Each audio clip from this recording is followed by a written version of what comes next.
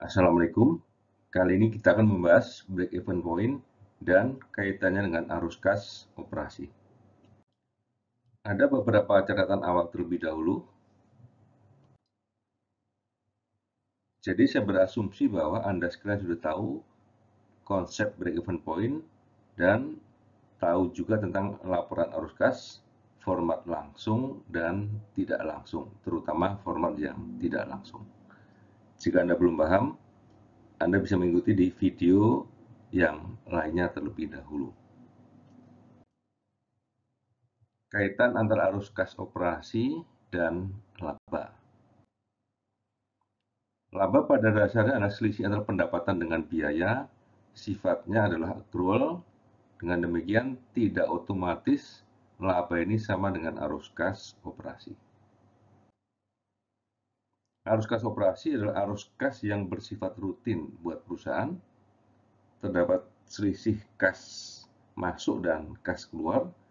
Kalau kita jumlahkan arus kas operasi masuk dengan arus kas operasi keluar, ketemu dengan selisih arus kas operasi atau arus kas operasi bersih. Nah, sumber utamanya kas masuk ini dari pelanggan, sementara kas keluar ini banyak jenisnya, mulai dari pemasok, untuk pegawai, sewa, pajak, dan seterusnya. Kita akan lihat kaitan antara kas operasi dengan break-even point. Cara menghitung arus kas operasi secara singkat adalah laba ditambah dengan penyusutan ditambah atau dikurangi dengan perubahan modal kerja. Menambahkan penyusutan di sini adalah mengoreksi laba accrual untuk menjadi arus kas. Sementara perubahan modal kerja terdiri dari perubahan piutang usaha, persediaan, dan utang usaha. Sekarang, di mana kaitan antara arus kas operasi dengan break-even point? Break-even point terjadi ketika laba sama dengan 0. Jika perubahan modal kerja adalah 0, artinya sedang tidak ada perubahan modal kerja, maka arus kas operasi sama dengan 0 plus penyusutan ditambah dengan 0. Dengan demikian, walaupun break-even point itu labanya adalah 0, tetapi masih ada arus kas operasi sebesar penyusutan. Kita akan melihat contoh dengan angka. Sejumlah data sudah disiapkan di sini, mulai dari kapasitas, harga per unit, variable cost, biaya tetap tunai, biaya tetap tidak tunai, dan perhitungan break-even point-nya. Kondisi pertama adalah break-even point, di mana laba sama dengan 0. Kondisi ini tercapai pada jumlah 250.000 unit dan 250 juta rupiah.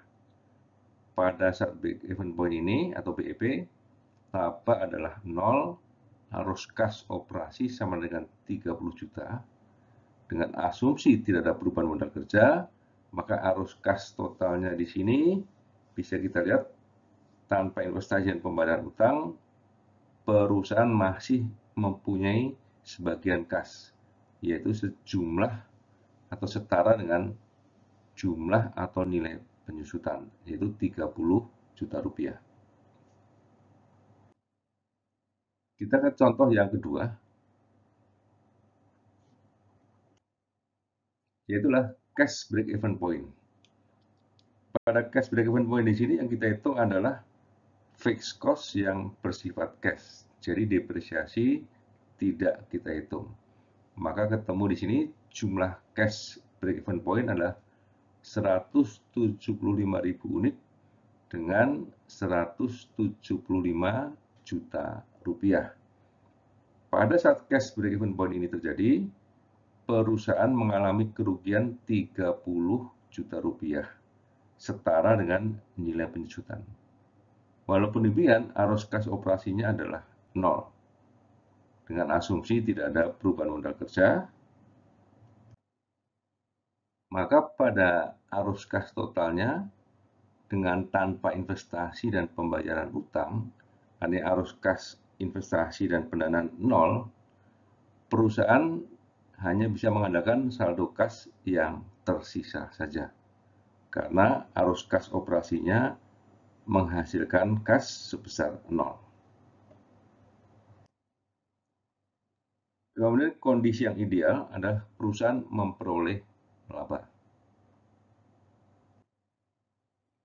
Pada contoh ini, labanya adalah sebesar 30 juta rupiah, arus kas operasinya 60 juta rupiah.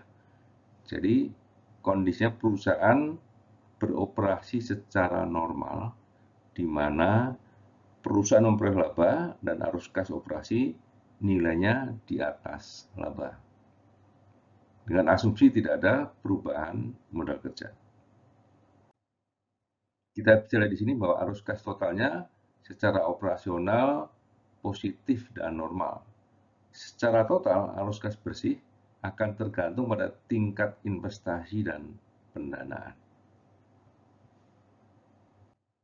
Inilah keseluruhan jadi 3 contoh perhitungan arus kas dan break-even point tadi, di mana kondisi pertama perusahaan secara accrual tidak memperoleh laba, yang kedua cash break-even point di mana tidak memperoleh kas operasi, dan yang terakhir adalah kondisi normal di mana perusahaan memperoleh laba dan arus kas operasinya di atas laba yang diperoleh.